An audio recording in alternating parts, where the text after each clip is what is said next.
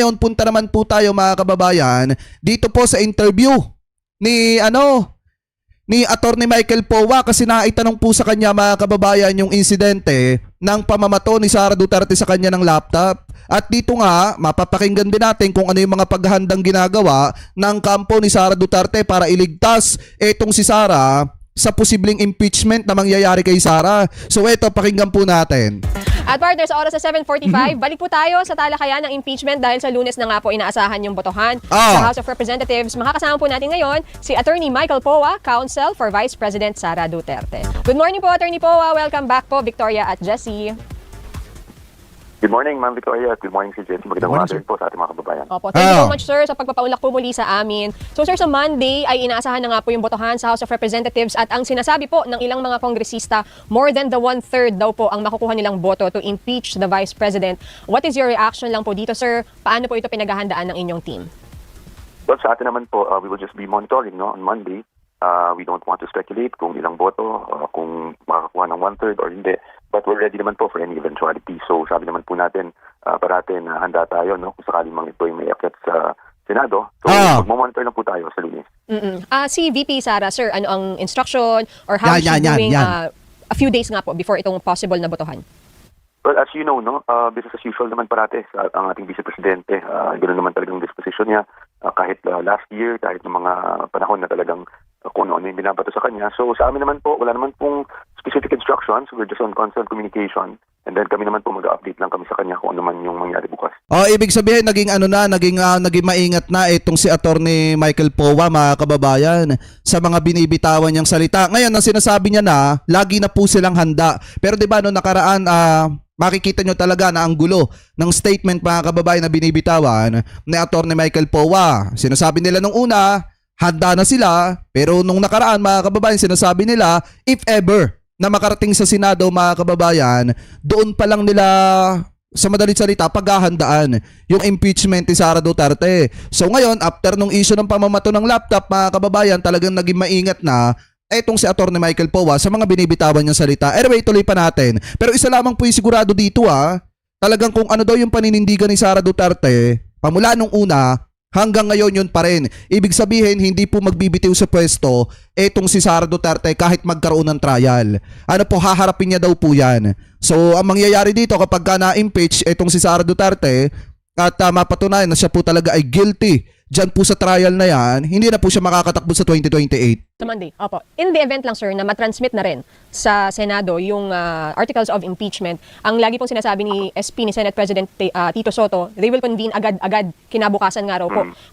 Do you think this is this follows yung definition ng term na forthwith na define o clarify din po ng Supreme Court recently? Opo, wala naman po kasing sa tingin kong conflict doon dahil yung pagkakaintindi ko, pagkaunawa namin to the Supreme Court decision is discretion talaga ng Senate yan within a reasonable time under the circumstances. So nasa Senado po yan, nasa Senate President and of course the members of the Senate kung kailan talaga sila magko-convene. So sa atin naman po, wala naman tayong nakikitang conflict doon. Siguro depende na lang yan on the logistics and etc. I think that is well within the discretion of the Senate. And no conflict din kayo nakikita, sir, if harangin nga po ng minority bloc itong pag-convene ng impeachment court, gaya po ng sinabi ni Senator Robin Padilla?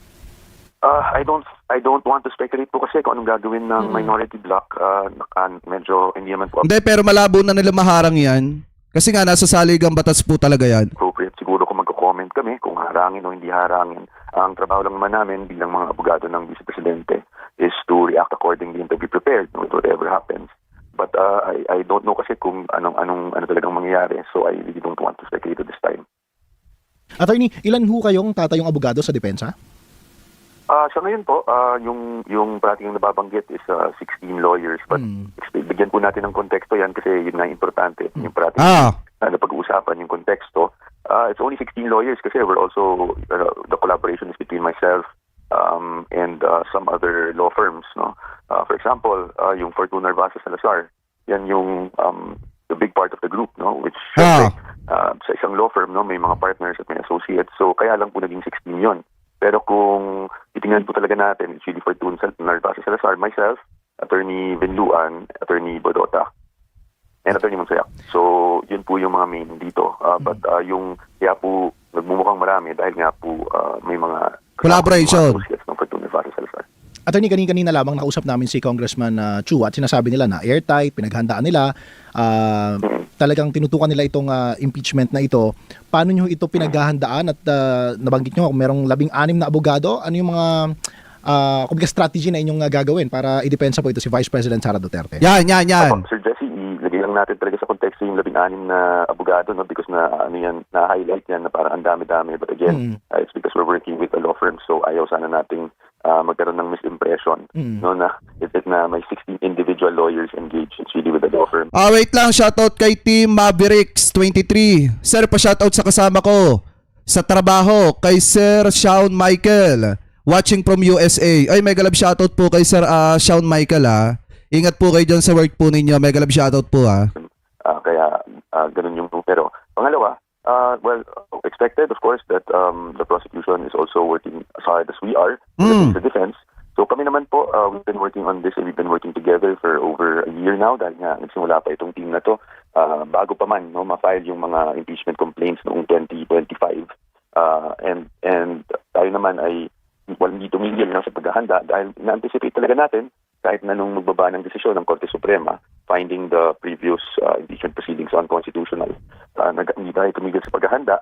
That's why we're confident naman po na mabibigyan natin ng solid defense ang ating Vice President kung sakaling mga matransmit ito sa Senado. Attorney, nung mga nakarating sa Committee on Justice sa House, no, hindi na Kasi sa totoo lang mga kababayan, talagang mabibigat yung mga ebidensya labang kay Vice President Sara Duterte. So ang ending talaga dito mga kababayan, kung hindi maghahanda yung kanyang legal team, ma-impeach po talaga itong si Sara Duterte diyan po sa sa Senado. Kahit pa sabihin na may mga kaalyado siya diyan. Gaya nga po ng paulit-ulit kong sinasabi, meron po tayong magiging People's Court.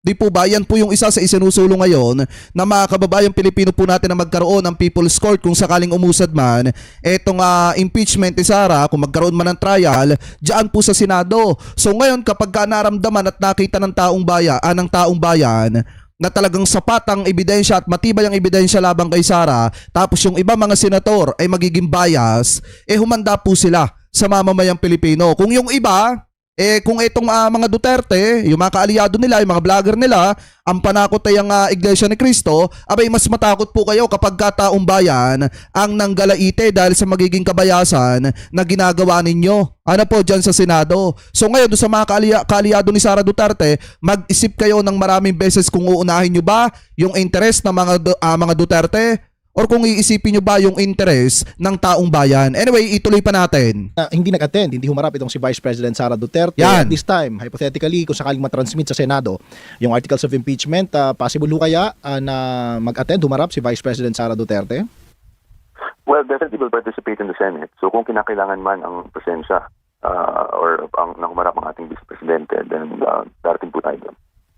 Kanina rin, Ayan. attorney, si Representative Joel Chua, sinabi niya, very fair yung kanilang pagtrato dito sa pagdinig nila, nabigyan ng due process si VP Sara. Ano po ang reaction niyo po dito? Si VP sinasabi, wala pa ring ebidensya na naipakita against her. Opo, siyempre, as you know, meron po kaming sariling posisyon ukol dito. Kaya nga naghain tayo ng petisyon sa Korte Suprema, pointing out yung ating mga nakikitang constitutional infirmities, pinaganap na proceedings, no?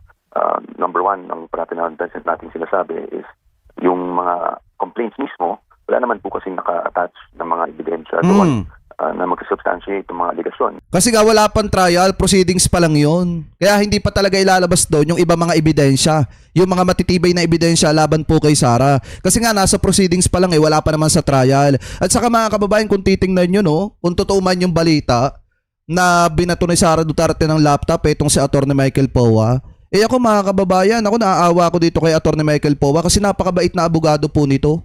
Hindi, sa totoo lang, kung titingnan nyo mga kababayan, hindi siya nakikipagbardagulan. Kung ano yung trabaho niya, yun yung ginagawa niya.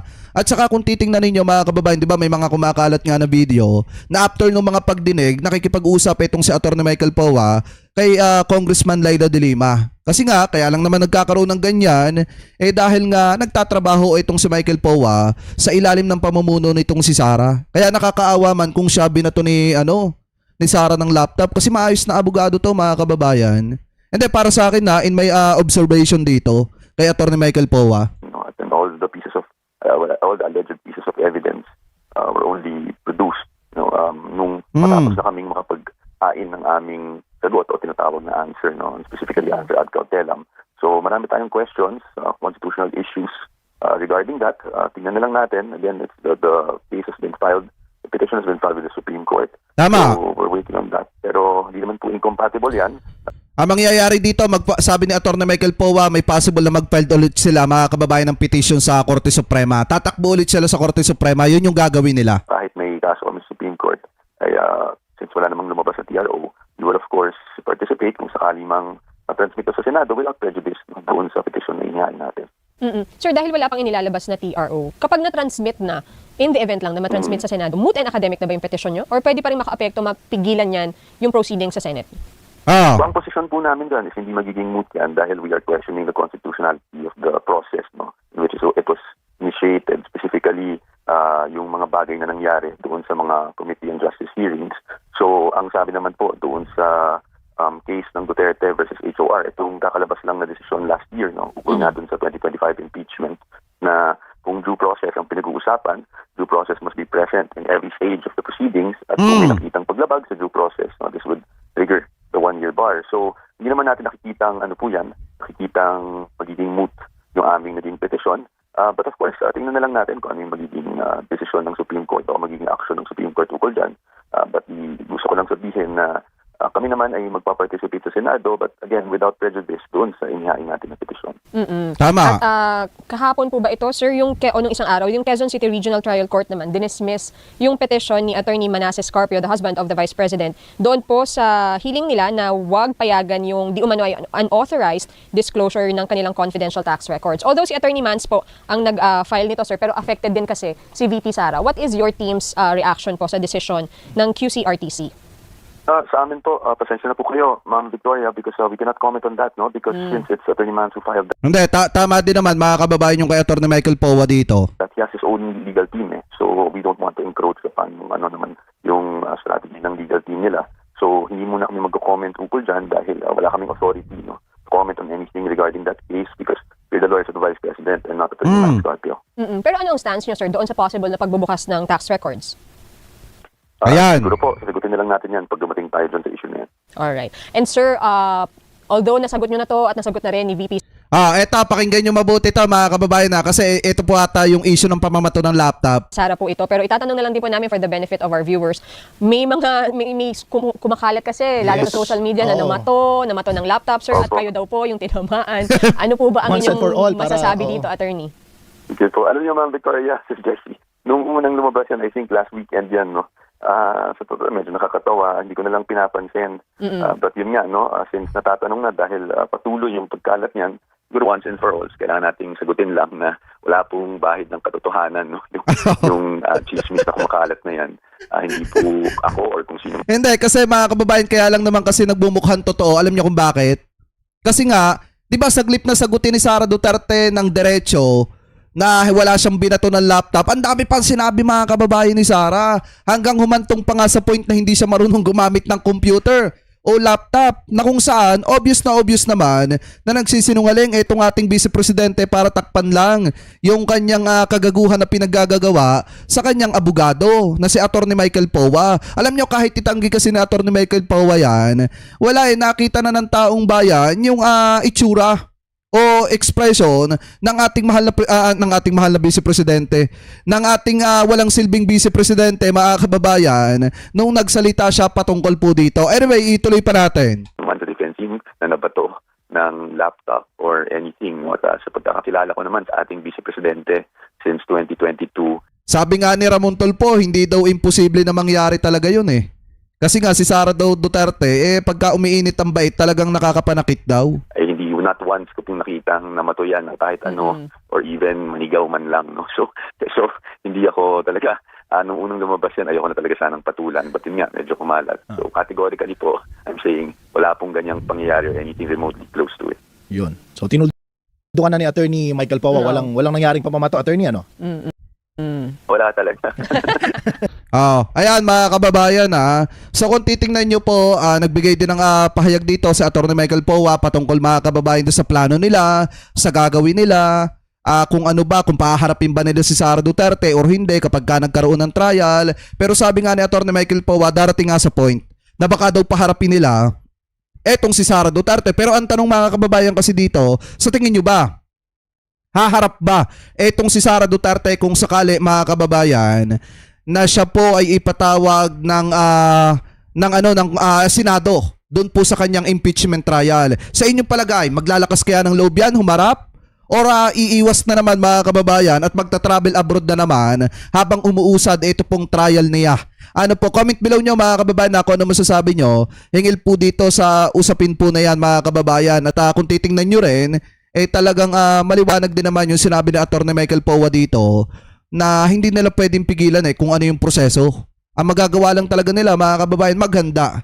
Ano po sa posibleng ma-transmit nga yung article of impeachment diyan po sa Senado. Kasi sa Monday mga kababayan, isang tulog na nga lang At sa Monday, kita nyo may impeach talaga mga kababayan yan si Sara Duterte. Kahit ayaw niya, mai-impeach po talaga siya dyan. Maniwala man kayo or hindi, mai-impeach po talaga yang si Sara Lustay mga kababayan. Ano po? So kayo, kung kayo po ang tatanungin, ano po masasabi nyo? Hingil po dito sa issue po na ito. Comment below na lamang po kung ano po ang comment at opinion po ninyo. Hingil po sa mga usapin na yan.